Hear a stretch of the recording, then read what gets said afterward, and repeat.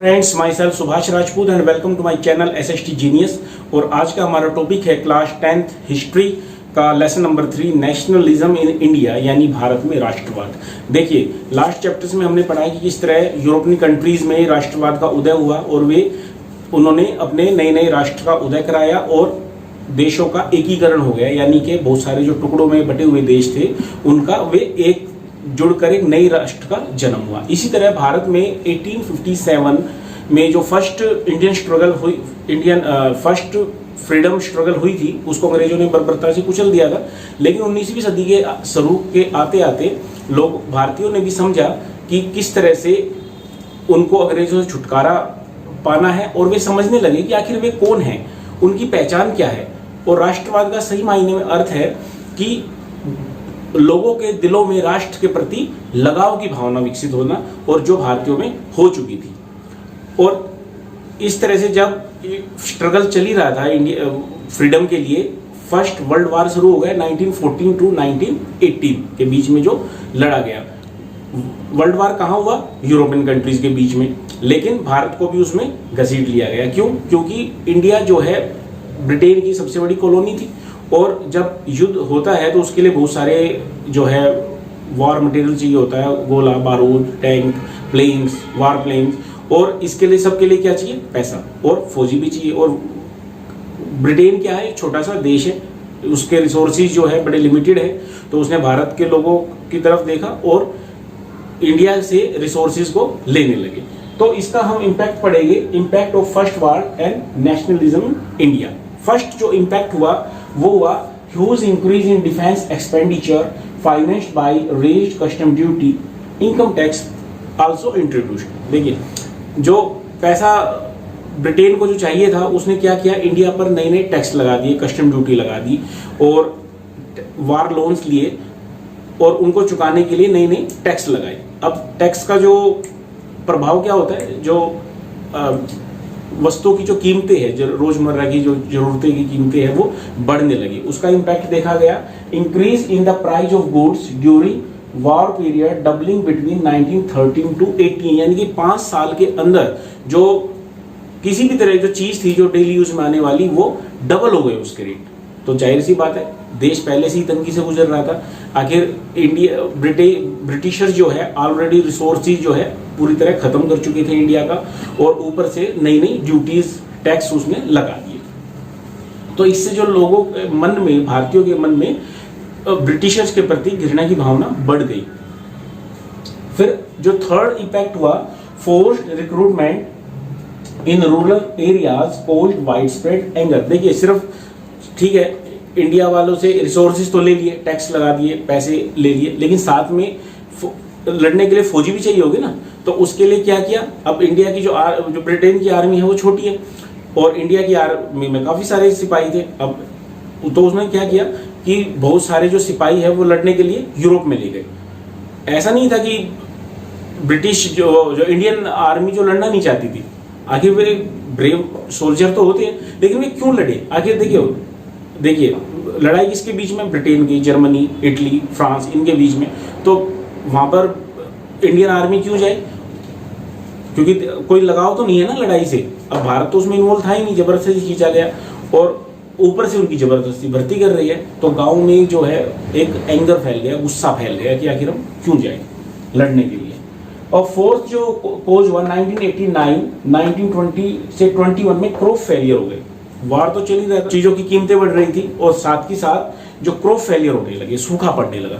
अब ब्रिटिशर्स ने कोई इन्वेस्टमेंट तो किया नहीं हुआ था इंडियन एग्रीकल्चर में, उसके डेवलपमेंट के लिए। भारतीय कृषि पूरी तरह से मानसून पर डिपेंड थी, तो मानसून नहीं आया इन साल में, तो जो एग्रीकल्चर है वो फेल हो गई। और पहले से जो कुछ क्रॉप हुआ, जो कोई फसल हुई, उसको अंग्रेज अपने देश में ले गए, क्योंकि युद्ध चल रहा था। तो इंडिया के हाथ में कुछ भी नहीं रहा, लोग भूखों मरने लगे। और इन सालों के अंदर जो है अकाल पड़ा बहुत भारी। और इसी साथ में जब वर्ल्ड वार खत्म हुआ, तो जब इंडियन आर्मी वहां से आने लगी, तो अपने साथ साथ एक महामारी ले आई जिसको स्पेनिश फ्लू के नाम से जानते हैं। जैसे अब कोरोना फैला हुआ है, महामारी होती है जो एक दूसरे से टच से फैलती है, संक्रमण से फैलती है, तो उसे महामारी का दर्जा, फ्लू का दर्जा दिया गया। और इन दोनों के मिले जुले असर से कोई लाख नहीं, करोड़ों भारतीय मारे गए। 1921 की जनसंख्या के सेंसस के हिसाब से इन 1921 की जो सेंसस हुई उसमें पता लगा कि 120 to 130 मिलियंस इंडियन जो है इन साल के दौरान crop failure, drought and Spanish flu जो महामारी फैली थी उसकी वजह से मारे गए। यानी कि जो 1 करोड़ 20 लाख से 1 करोड़ 30 लाख के करीब लोग मारे गए, जो बहुत बड़ी फिगर होती है। और इस वजह से इंडियंस में अंग्रेजों के प्रति रोष बहुत ज़्यादा बढ़ गया था। ठीक, तो यहाँ तक ये इम्पैक्ट हो गया वर्ल्ड वार का। और इसी बीच में आगमन हुआ एक नए नेता का जिसका नाम था, जिसको हम जानते हैं मोहनदास करमचंद गांधी, यानी हमारे राष्ट्रपिता महात्मा गांधी जी, जो जनवरी 1915 में साउथ अफ्रीका से वापस इंडिया लौटे। Gandhi ji return India from South Africa with the idea of satyagraha. एक यहाँ पर एक नए आइडिया के साथ, एक नए हथियार के साथ लौटे और उस हथियार का नाम था सत्याग्रह। इसमें ना गोली थी, ना बारूद था, ना लड़ाई थी, ना हिंसा थी, लेकिन फिर भी गांधी जी ने सब भारतीयों को इकट्ठा करके अंग्रेजों के खिलाफ संघर्ष किया और आजादी पाई। अभी सत्याग्रह क्या चीज थी? सत्याग्रह का अर्थ है सत्य का आग्रह, यानी गांधी जी का पूर्ण विश्वास था कि अगर आपका जो संघर्ष है उचित दिशा में है, अन्याय के खिलाफ है, तो आपकी जीत जरूर होगी। और उसके लिए आपको शत्रु से, अपने उत्पीड़क से, आपका जो शोषक है, एक्सप्लॉइटर है, उससे हिंसा करने की जरूरत नहीं है, उसको मारने की जरूरत नहीं है, लड़ाई की जरूरत नहीं है। आपको क्या करना, उसके मन में एक चेतना पैदा करनी है कि आप जो कर रहे हैं वो गलत कर रहे हैं। और ये किससे होगा? सत्याग्रह से। और उसके हथियार थे आंदोलन करना, भूख हड़ताल। 1915 में जब इंडिया आए तो 3 मूवमेंट उन्होंने स्टार्ट की और उसमें काफी सफलता भी प्राप्त की। 1960 में वे चंपारण बिहार गए, जहां पे उन्होंने to help the peasants against oppressive plantation system. वहां के जो बागान के जो श्रमिक थे वे अपने मालिकों से बहुत परेशान थे और उन्होंने आंदोलन चला रखा था। गांधी जी भी उसमें सम्मिलित हुए और वहां पर उन्होंने सफलता पाई। तो 1960, ये देखिए कंटिन्यू है, डेट याद करनी आसान है इसमें। 1950 Gandhi ji return from South Africa, 1916 Champaran Bihar में एजुकेशन हुआ, 1917 खेड़ा डिस्ट्रिक्ट और 1918 कंटिन्यू बिल्कुल है ना। अब सेकेंड मूवमेंट के बारे में पढ़ते हैं। खेड़ा डिस्ट्रिक्ट जो कि गुजरात में है, वहां पर to support the peasants affected by crop failure and plague epidemic. यहाँ पर हम पढ़ चुके हैं कि क्रॉप फेलियर बार बार हो रहा था, अकाल पड़ रहा था, तो वहां के जो किसान थे वे चाहते थे कि हमारा लगान माफ कर दिया जाए, अगले साल ले लिया जाए या लगान में कमी की जाए। तो इसके लिए भी गांधी जी उनके साथ रहे और 1970 में खेड़ा डिस्ट्रिक्ट में मूवमेंट हुई सत्याग्रह की।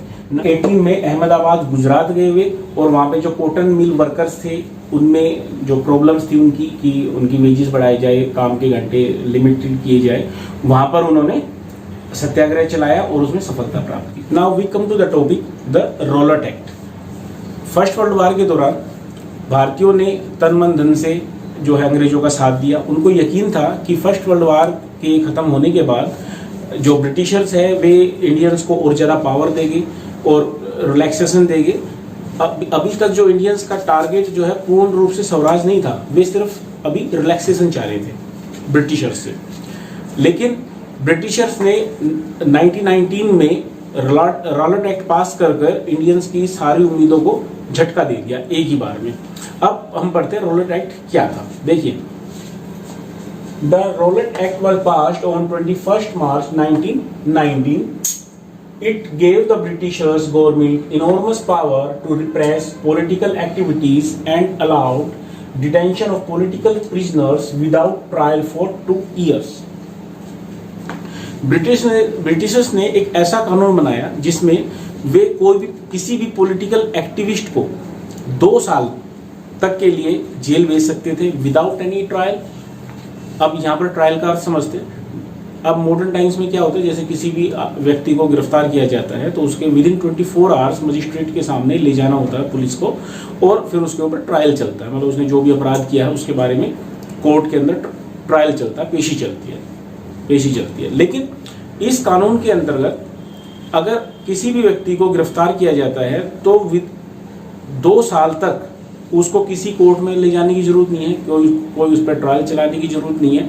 तो इस तरह से ये इसका सोल मोटो था इस बिल का कि जो पॉलिटिकल एक्टिविटीज़ बढ़ रही थी देश के अंदर उसका रिप्रेस किया जाए, उसको ख़त्म किया जाए, उसका दमन किया जाए। लेकिन भारतीयों ने इसका बड़ा कड़ा विरोध किया और इसको काला कानून के नाम से जाना गया भारत के अंदर। इस एक्ट में ना सिर्फ पॉलिटिकल एक्टिविटीज़ को टारगेट किया गया बल्कि जो इंडियन प्रेस थी उसकी स्वतंत्रता, उसकी फ्रीडम भी खत्म करने का टारगेट था। अगर कोई भी प्रेस अंग्रेजों के खिलाफ कुछ भी छापती है तो उस मशीनरी को जब्त किया जा सकता था, कॉन्फिस्केट किया जा सकता था मशीनरी को। और इसके अलावा बिना सर्च वारंट पुलिस किसी के भी घर में सर्च कर सकती थी और व्यक्ति को गिरफ्तार किया जा सकता था। और गिरफ्तार भी ऐसा कि उसको उसका रीजन बताने की जरूरत भी नहीं थी। यानी कि ये इस तरह का कानून था कि ना वकील ना दलील, सीधा जेल, और वो भी पूरे 2 साल तक। सजा तो बाद में मिलेगी, ट्रायल बाद में चलेगा, 2 साल तक तो उसका पता ही नहीं लगेगा कि वो आदमी कहाँ पर है। गांधी जी जो है इस अन्यायपूर्वक एक्ट के बिल्कुल खिलाफ थे और उन्होंने जो असहयोग आंदोलन चलाने का विचार किया and he started non violent civil disobedience movement with hartal on 6 April 1919। 6 अप्रैल से हड़ताल शुरू होनी थी। हड़ताल का अर्थ होता है कि काम को रोकना, काम को बंद कर दिया जाए। हड़ताल एक आम शब्द है जिसको आप सुनते भी होंगे आज के टाइम में। सिविल डिसोबीडियंस मूवमेंट का मतलब है कि असहयोग किया जाए, ऑफिस का काम बंद कर दिया जाए। वर्कर्स ने जो है बहुत सारी रैलियां निकाली, जुलूस निकाले गए बड़े बड़े शहरों में, और रेलवे यार्ड्स में जो वर्कर थे उन्होंने काम को बंद कर दिया। पोस्ट ऑफिस में लोगों ने जाना, कर्मचारियों ने जाना बंद कर दिया। तो अंग्रेज इससे भयभीत हो गए, वे घबरा गए कि पहली बार इस तरह इतना स्ट्रॉन्ग ऑर्गेनाइज तरीके से कोई आंदोलन शुरू किया था इंडियंस ने, और उन्होंने सोचा इस तरह से जो कम्युनिकेशन लाइन से रेलवे ठप पड़ जाएगी। तो उन्होंने लोगों को गिरफ्तार करना शुरू कर दिया, लाठीचार्ज शुरू कर दिया। लोग अभी तक इंडियंस जो थे वे बिल्कुल अहिंसक तरीके से काम कर रहे थे। गांधी जी भी यही चाहते थे कि ये आंदोलन पूरी तरह से अहिंसक होना चाहिए, कोई वायलेंस नहीं होना चाहिए, अदरवाइज अंग्रेजों को मौका मिल जाएगा। लेकिन अंग्रेजों ने वायलेंस शुरू कर दिया अपनी तरफ से, और बहुत सारे जो नेता थे पंजाब में उनको गिरफ्तार कर लिया। गांधी जी को दिल्ली में घुसने से रोक दिया गया, और 10 अप्रैल को अमृतसर में एक बहुत ही शांतिपूर्वक जो मार्च निकल रहा था लोगों का, उस पर अंग्रेजों ने गोलियां चला दी। तो लोग इससे गुस्से में हो गए और उन्होंने सरकारी दफ्तरों को, रेलवेज को, पोस्ट ऑफिस को आग लगाना शुरू कर दिया और पुलिस के साथ झड़प होने लगी। अब 10 अप्रैल को martial law imposed in Punjab. General Dyer took command. General Dyer को कमांड दे दी गई, मार्शल लॉ लगा दिया गया पूरे पंजाब में। अब मार्शल लॉ क्या होता है? जिस तरह आज के टाइम में सेक्शन 144 इम्पोज होता है, एक तरह का कर्फ्यू कि 4 से ज़्यादा लोग इकट्ठे नहीं हो सकते और ना कोई जुलूस निकाल सकते, रैली निकाल सकते। अब आता है इनफेमस जो कांड हुआ था 13 अप्रैल 1999 को, Jallianwala Bagh incident took place. Exam में बड़ा ही इंपॉर्टेंस क्वेश्चन आता है इसके बारे में, जलियांवाला बाग हत्याकांड के बारे में। आपको याद रखना है कि 13 अप्रैल 1919 को हुआ था। उस दिन बैसाखी का दिन था। पूरे पंजाब में मार्शल लॉ लगा हुआ था, लेकिन लोगों को, क्योंकि ग्रामीण लोग जो थे उनको तो इस बारे में पता ही नहीं था। आज के तरह कोई कम्युनिकेशन लाइन तो इतनी ज़्यादा स्ट्रॉन्ग हुआ नहीं करती थी। तो लोग इस बात से बेखबर थे कि अमृतसर में मार्शल लॉ लगा हुआ है। तो जलियांवाला बाग में बैसाखी का दिन था, फेमस त्यौहार होता है पंजाबियों का। वहाँ पर मेला लगा हुआ था, हजारों की संख्या, 10,000 से ज़्यादा लोग वहाँ पर इकट्ठे थे। और साथ ही साथ वहाँ पर कुछ पॉलिटिकल एक्टिविटीज़ भी हो रही थी उसी बाग के अंदर। वो किस वजह से? Arrest of Satyapal and Saifuddin Kitchlew, इसकी गिरफ्तारी का विरोध वहाँ पर जलियांवाला बाग में हो रहा था, लेकिन बिल्कुल शांतिपूर्ण तरीके से। लेकिन जनरल डायर जो कि पूरी तरह से एक कुचल देना चाहता था इस आंदोलन को, वो जलियांवाला बाग में पहुंचा और उसने एक ही और यहाँ पर आपको ध्यान रखने की जरूरत है कि जो जलियांवाला बाग है उसका सिर्फ एक ही एंट्री गेट और एक ही एग्जिट गेट है, और चारों तरफ से बड़ी बड़ी बिल्डिंगों से वो घिरा हुआ है। डायर अपनी मिलिट्री फोर्स के साथ वहां पर पहुंचा और उसने बिना कोई वार्निंग दिए लोगों पर अंधाधुंध गोलियां शुरू कर दी, इनडिस्क्रिमिनेट फायरिंग स्टार्ट कर दी वहां पर। और वहां पर 10,000 से ज़्यादा लोग इकट्ठे थे उनको पता भी नहीं था मार्शल लॉ के बारे में, और 10 मिनट्स तक कंटिन्यू फायरिंग चलती रही और इसमें 1000 से ज़्यादा लोग मारे गए, 1500 से ज़्यादा लोग घायल हुए। और मैं आपको बताऊं, जलियांवाला बाग की जो कंडीशन है वो इस तरह एक राउंड शेप में है। उसका एक ही एग्जिट गेट है और एक ही एंट्री गेट है, और वहीं पर पुलिस थी जहाँ से फायरिंग चल रही थी, और उसके बीचों बीच एक बाग के बिल्कुल बीचों बीच एक कुआं था, वेल था, ड्राई वेल था। तो लोग अपनी जान बचाने के लिए उसके अंदर कूदने लगे, और जब तक फायरिंग खत्म हुई वो वेल पूरी तरह से लाशों से भर चुका था। अब देखिए कितना बड़ा नरसंहार हुआ था। और जनरल डायर का तो ये कहना था कि वो तो और फायरिंग करता, लेकिन उसके पास एम्यूनिशन यानी गोलियां खत्म हो गई थी।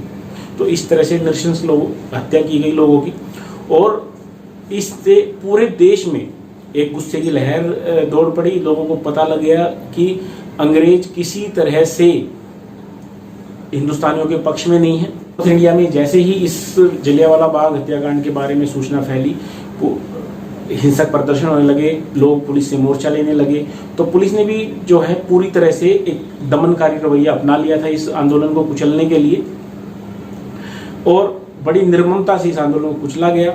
लोगों को सड़कों पर घिसकाया गया, नाक रगड़वाई गई उनकी, और इस तरह से बड़ी नृशंसता से इसको कुचला गया। गांधी जी ऐसा बिल्कुल नहीं चाहते थे, उन्हें लगा कि इस तरह से तो ये आंदोलन और ज़्यादा हिंसक हो जाएगा, और वे इस आंदोलन को उन्होंने वापस ले लिया। ब्रिटिश गवर्नमेंट ने भी लोगों को दिखाने के लिए एक कमीशन स्थापना की। The government set up the Hunter Commission to inquire into the massacre. इस मैसेकर का जो आवाज़ है वो ब्रिटेन तक गई, और वहाँ पर भी इसका विरोध हुआ। जनरल डायर पर मुकदमा चलाया गया, लेकिन ये it was just an I wash, और जनरल डायर को बरी कर दिया गया। उन्हें वैसे आर्मी से निकाल दिया गया, लेकिन ब्रिटेन की संसद में उनको सम्मानित किया गया, और इस तरह से लोगों में गुस्सा फैला। तो रविंद्र बहुत इसके दूरगामी प्रभाव हुए। जैसे Rabindranath Tagore gave up his knighthood. और एक चीज और इसमें आपको बताना चाहूंगा, माइकल ओ डायर जो कि एलजी थे, लेफ्टिनेंट गवर्नर थे पंजाब के उस वक्त, who approved the action of General Dyer was assassinated by Udham Singh in London in 1940। Udham Singh जो है जब जलियांवाला मैसेकर हुआ तो उस बाग में थे, उनके मन पर गहरा प्रभाव पड़ा, और 1914 ने जो एलजी थे उस वक्त जनरल ओ डायर, उसका असेसिन किया, वध किया उन्होंने गोली मारकर। मानना था कि अभी भारतीय पूरी तरह से अहिंसक तरीके से सत्याग्रह के लिए तैयार नहीं थे, और उन्हें और ज़्यादा वेल ट्रेन होने की जरूरत थी। और साथ ही उनको लगा कि जब तक गांव के लोग भी इससे नहीं जुड़ेंगे और हिंदू मुस्लिम एक प्लेटफार्म पर नहीं आएंगे, तो पूरी तरह से कोई भी मूवमेंट सफल नहीं हो पाएगी। इसके लिए उन्होंने एक और उनके पास मौका आया खिलाफत मूवमेंट के दौरान। फर्स्ट वर्ल्ड वॉर के दौरान जो टर्की साम्राज्य था, ऑटोमन एम्पायर, वो अंग्रेजों से हार गया, और अंग्रेजों ने उसका सर्वनाश कर दिया, उसको अलग अलग हिस्सों में तोड़ दिया। और जो टर्की साम्राज्य का जो शासक होता था, उसे मुसलमान लोग खलीफा बोलते थे, और उसको वो एक सिर्फ राजनीतिक नहीं धार्मिक नेता भी मानते थे अपना, और उसकी सारी मस्जिद, मुसलमानों की जितनी मस्जिदें हैं, उसका वो एकमात्र सर्वोच्च नेता हुआ करता था। So what is Khilafat movement? By the decline of Ottoman Empire, a campaign in defence of the Khalifa was launched, led in India by the brothers Muhammad Ali and by Abdul Kalam Azad। इन दोनों भाइयों ने 1919 में जो है खिलाफत committee बनाई, और गांधी जी भी उसमें शामिल हुए, और इन्होंने हिंदू मुस्लिम को एक प्लेटफार्म पर लाने के लिए इस मूवमेंट को शुरू किया। सितंबर 1920 के कांग्रेस के कलकत्ता अधिवेशन में गांधी जी ने दूसरे नेताओं को भी इस बात के लिए राजी कर लिया कि एक जो है नॉन कोऑपरेशन मूवमेंट, असहयोग आंदोलन शुरू करना चाहिए, जिसका एकमात्र लक्ष्य होगा स्वराज, यानी अपनी पूरी ताकत के साथ लड़ाई करनी है और अंग्रेजों को भारत से भगाना है। इससे नीचे कुछ भी उनको स्वीकार्य नहीं होगा। सो आज की वीडियो में इतना ही। नेक्स्ट वीडियो के लिए आप देखते रहिए SST जीनियस हमारे चैनल, और तब तक के लिए नमस्कार। और आपने देखा कि भारतीयों ने आज़ादी की लड़ाई के लिए कितनी मेहनत की है, तो इसलिए अपने देश के वीर सेनानियों का सम्मान कीजिए, और हंसते रहिए, मुस्कुराते रहिए, और पढ़ाई में अपना मन लगाते रहिए।